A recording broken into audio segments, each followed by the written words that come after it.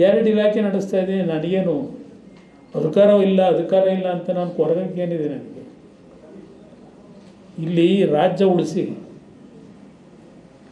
ಈ ರಾಜ್ಯ ಚಿನ್ನದಂಥ ರಾಜ್ಯ ಇದು, ಅತ್ಯಂತ ಸುಭಿಕ್ಷವಾದ ರಾಜ್ಯ ಇದು. ಅನ್ಯಾಯ ಮಾಡಿಬಿಡಿ. ಏನು ಡೆವಲಪ್ಮೆಂಟ್ ನಡೀತಾ ಇದೆ ಬೆಂಗಳೂರಿನಾಗ? ಏನು ಯಾವ ಬ್ರ್ಯಾಂಡ್ ಬೆಂಗಳೂರು ಮಾಡ್ತೀರಿ? ಹೆಸರಿಡಿದ ತಕ್ಷಣ ಚೇಂಜ್ ಆಗಲ್ಲ. ಏನು ಕೆಲಸ ಮಾಡ್ತೀರಿ ಕಣ್ಣು ಮುಂದೆ, ಅದು ಇವತ್ತು ಬದಲಾವಣೆ ತರಲಿಕ್ಕೆ ಸಾಧ್ಯ. ಇವತ್ತು ಈ ಸರ್ಕಾರಕ್ಕೆ ಮರ್ಯಾದೆ ಇದ್ದರೆ, ನಾನು ನಮ್ಮ ಸ್ನೇಹಿತರುಗಳ ಮಿತ್ರ ಪಕ್ಷ ನಮ್ಮನ್ನೇನು ಯಾರು ಹೊಡೆಯೋಕ್ಕಾಗಲ್ಲ, ನಾವು ಒಟ್ಟಾಗಿ ಇರ್ತೀವಿ.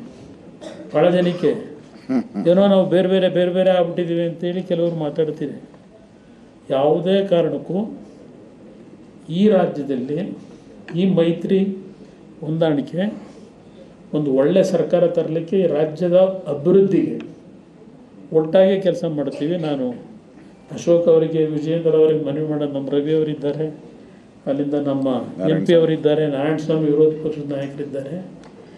ಇದನ್ನು ಇಲ್ಲಿಗೆ ಬಿಡ್ತಕ್ಕಂಥದ್ದಕ್ಕಿಂತ ಇವರ ಈ ಅನಾಚಾರಗಳಿದೆಯಲ್ಲ, ಇದರ ವಿರುದ್ಧ ರಾಜ್ಯದಾದ್ಯಂತ ಒಂದು ಕಾನೂನು ಹೋರಾಟ ಬೇರೆ, ಒಂದು ಜನಗಳನ್ನು ಜಾಗೃತಿಗೊಳಿಸ್ತಕ್ಕಂಥದ್ದಕ್ಕೆ ನಾವು ಹೋರಾಟ ಮಾಡ್ತಕ್ಕಂಥದ್ದು ಒಂದು ತೀರ್ಮಾನ ಮಾಡಬೇಕಾಗ್ತದೆ. ಇವತ್ತು ಅತ್ಯಂತ ನೋವಿನಿಂದ ಈ ಒಂದು ಪತ್ರಿಕಾಗೋಷ್ಠಿ ನಡೆಸ್ತಾ ಇದ್ದೇವೆ, ಭಾಳ ನೋವಿನಿಂದ.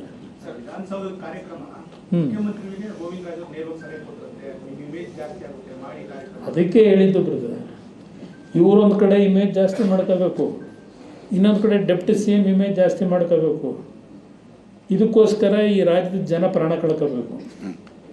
ಇದು ನಡೆದಂಥದ್ದು. ಇವ್ರ ಇಮೇಜ್ನ ಬೆಳೆಸ್ಬೇಕು. ಹಾಂ, ಪಾಪ ಹೋಮ್ ಮಿನಿಸ್ಟ್ರು ಅವರು ಒಂಥರ ಕೀಲು ಕುದುರೆ ಇದ್ದಂಗೆ, ಕೀಲು ಕೊಟ್ಟರೆ ಅವರು ಎದ್ದು ಆ್ಯಕ್ಷನ್ ಮಾಡ್ತಾರೆ, ಇಲ್ಲಿದ್ರೆ ಹಾಗೆ ಇರ್ತಾರೆ. ಮತ್ತೊಂದು ಈ ಗುಪ್ತಚರ ಇಲಾಖೆ ವೈಫಲ್ಯ ಆಗಿದೆ ಅಂತ ಹೇಳಿ ಸರ್ಕಾರ ಒಪ್ಕೊಂಡಿದೆ, ಮುಖ್ಯಮಂತ್ರಿ ಕೂಡ ಒಪ್ಕೊಂಡಿದ್ದಾರೆ. ಬಟ್ ಅವ್ರನ್ನ ರಕ್ಷಣೆ ಮಾಡಿದ್ದಾರೆ ಸರ್. ಕಾರಣ ಏನಂದ್ರೆ ಅವರು ಕೂಡ ಕಾಂಗ್ರೆಸ್ ನಾಯಕಿಯವರ ಹಸ್ಬೆಂಡ್. ಕುಮಾರಸ್ವಾಮಿ ಸರ್, ಇದ್ರ ಜೊತೆಗೆ ಈಗ ಸಂಪುಟ ಸಚಿವರೇ ಹೇಳಿಕೆಯನ್ನು ಕೊಟ್ಟಿದ್ದಾರೆ, ಪೊಲೀಸರೇ ಸರಿಯಾದಂತ ಮಾಹಿತಿ ಕೊಟ್ಟಿಲ್ಲ ಅಂತ. ಜನಾರ್ದನ್ ಹೋಟ್ಲು ಹೋದ್ರು ಕೂಡ ನಮಗೆ ಸಾವಿನ ಬಗ್ಗೆ ಮಾಹಿತಿ ಇರಲಿಲ್ಲ, ಕಾರ್ಯಕ್ರಮದಲ್ಲಿ ಭಾಗಿಯಾಗಿದ್ರು ಕೂಡ ಜನಾರ್ದನ್ ಹೋಟ್ಲು ಹೋದಾಗಲೂ ಮಾಹಿತಿ ಇರಲಿಲ್ಲ ಅಂತ ಅವ್ರು ಹೇಳ್ತಾರೆ. ಸಂಪುಟ ಸಭೆಯಲ್ಲೂ ಕೂಡ ಹಾಗಿದ್ರೆ 3 ಗಂಟೆ ಮುಖ್ಯಮಂತ್ರಿ ಅಂದ್ರೆ ಮುಖ್ಯಮಂತ್ರಿಗಳು ಎಷ್ಟು ಸಮರ್ಥವಾಗಿ ಕೆಲಸ ಮಾಡ್ತಾವ್ರೆ ಅಂತ ಲೆಕ್ಕ. ಅಲ್ಲಿಗೆ ಸ್ಟಾರ್ಟಿಂಗ್ನಲ್ಲಿ ಅಶೋಕ್ ಹೇಳಿದ್ರಲ್ಲ, ಅಂದ ಮುಖ್ಯಮಂತ್ರಿ ಅಂತ. ಈಗ ನನಗೆ ಜನಾರ್ದನ ಹೋಟ್ಲಿಗೆ ಹೋಗ್ಬಿಟ್ಟು ತಿಂಡಿ ತಿಂತ ಇದ್ದು ಗೊತ್ತು, ಈ ಸರ್ಕಾರದಲ್ಲಿ ಗೊತ್ತಿರಲಿಲ್ವ ಅಧಿಕಾರಿಗಳಿಗೆ? ಅವ್ರ ಹಿಂದೆ ಪೊಲೀಸ್ ಇರಲ್ವಾ ಹೋಗ್ಬೇಕಾದ್ರೆ? 10 ಕಾರ್ ಇರ್ತಾವೆ. ಸಾವಿನ ಬಗ್ಗೆ 3 ಗಂಟೆ 10 ನಿಮಿಷಕ್ಕೆ ಸಾವಾಗಿರೋದು. ಅವರಿನ್ನೂ ವಿಧಾನಸೌಧ ಮುಂದಗಡೆನೇ ಇದ್ರು. ತಿಂಡಿಗೆ ಹೋಗಿದ್ದು 6:30ಗೆ. ಹಾಂ, ಅಲ್ಲಿಗೆ ಈ ಸರ್ಕಾರ ಎಷ್ಟರ ಮಟ್ಟಿಗೆ ನಮ್ಮ ಅಧಿಕಾರಿಗಳಿಂದ ಕೆಲಸ ತೆಗಿತಾವ್ರೆ. ಟೋಟಲ್ ಫೇಲ್ಯೂರ್ ಇವ್ರದೇ ಫೇಲ್ಯೂರ್. ಇಂಟೆಲಿಜೆನ್ಸ್ ಇವ್ರ ಕೈಲೇ ಇರೋದಲ್ವಾ? ಇದು ಯಾರನ್ನ ಬೇಕೋ ಅವ್ರನ್ನ ಸೇವ್ ಮಾಡ್ತಾರೆ, ಯಾರನ್ನ ಬೇಕೋ ಉಪಯೋಗ ಮಾಡಿ ಬೇಡದೆ ಅಂತ ಕೂತ್ಬೇಕು. ಅದು ಅವ್ರು ಗೊತ್ತಾಯಿತು. ಅವ್ರನ್ನ ಯಾಕೆಂದರೆ ಸಸ್ಪೆಂಡ್ ಮಾಡೋ ಪರಿಸ್ಥಿತಿ ಇರಲಿಲ್ವಲ್ಲ. ಹೈಕಮಾಂಡ್ ಕೇಳಬೇಕಲ್ಲ ಎಲ್ಲದಕ್ಕೂ. ಸರ್, ಇದ್ರ ಜೊತೆಗೆ ಒಂದು ಖಾಸಗಿ ಒಂದು ಟೀಮ್ ಸರ್, ಇದೊಂದು ಲೀಗ್ ಟೀಮ್, ಅದಕ್ಕೆ ವಿಶ್ ಮಾಡೋದಾಗ್ಲಿ ಅಥವಾ ಜನರ ಭಾವನೆ ಅದಕ್ಕೆ ಶುಭ ಕೊಡೋದು ಒಂದು ಭಾಗ. ಆದ್ರೆ ನಾವು ರಣಜಿ ಗೆದ್ದಾಗಲೂ ಕೂಡ ಅಂತ ಒಂದು ದೊಡ್ಡದಾದಂತ ಸನ್ಮಾನ ನಮ್ಮ ಕರ್ನಾಟಕದ ಆಟಗಾರರಿಗೆ ಮಾಡಿಲ್ಲ. ವರ್ಲ್ಡ್ ಕಪ್ ಗೆದ್ದಂತ ಸಂದರ್ಭದಲ್ಲಿ ರಾಹುಲ್ ದ್ರಾವಿಡ್ ಅವರು ನಮ್ಮೂರವರಾಗಿದ್ರು ಕೂಡ ಒಂದೇ ಒಂದು ಶಾಲಾ ಆಗಲಿ ಒಂದು ಸನ್ಮಾನ ಆಗಲಿ ಸರ್ಕಾರಕ್ಕೆ ಮಾಡಿಲ್ಲ ಸರ್. ಈ ಒಂದು ಖಾಸಗಿ ತಂಡಕ್ಕೆ ಇಷ್ಟೊಂದು ಮಾಡೋದು ಬೇಕಿತ್ತು ಅಂತ ಅನ್ಸುತ್ತೆ. ಯುದ್ಧ ಗೆದ್ದ ಸೈನಿಕರಿಗೆ ಮಾಡಲಿಲ್ಲ ಅವರು.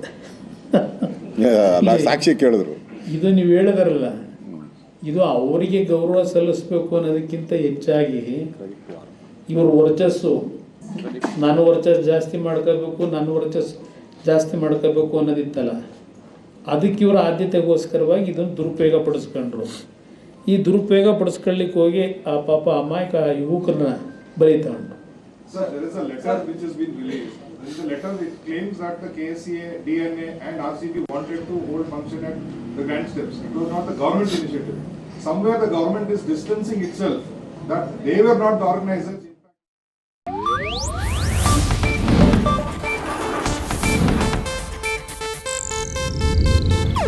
ಇದು ಏಷ್ಯಾನೆಟ್ ನ್ಯೂಸ್ ನೆಟ್ವರ್ಕ್ ಪ್ರಸ್ತುತಿ.